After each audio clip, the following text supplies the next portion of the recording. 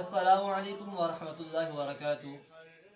آج میں آپ کے سامنے اس تابع کا مختصر تعارف پیش کروں گا کہ جو اپنے وقت کے ایک بہت بڑے عالم و فاضل بھی تھے، فقیہ بھی تھے، عابد و زاہد بھی تھے، عاقل و مدبر بھی تھے، حلیم بھی تھے، اور ایک عرب سردار تھے جو عہد رسالت میں ہی اسلام کی دولت سے مالا مال ہو گئے تھے، لیکن شرف صحابیت سے محروم رہ گئے۔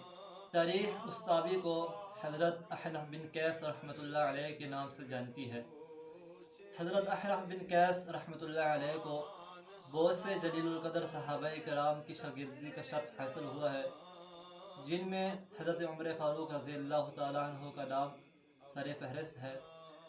وہ اکثر حضرت عمر فاروق رضی اللہ تعالیٰ عنہ کی مجالس میں جاتے تھے اور ان کے وعظ و نصیحت کو حفظ کرتے تھے۔ ایک بار ان سے کسی نے پوچھا کہ آپ کو یہ وقار و حکمت کہاں سے ملی؟ تو انہوں نے جواب دیا ان کلمات سے کہ جو میں نے حضرت عمر فاروق رضی اللہ تعالیٰ عنہ سے سنے۔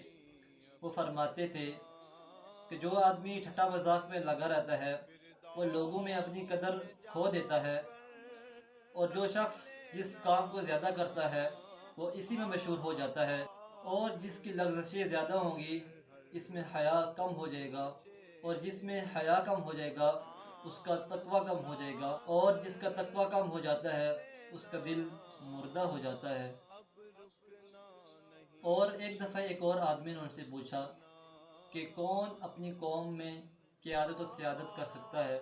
تو انہوں نے جواب دیا کہ جس آدمی میں یہ چار صفات ہوں وہ اپنی قوم کی قیادت و سیادت کر سکتا ہے۔ وہ چار صفات کیا تھیں جو انہوں نے بیان کی؟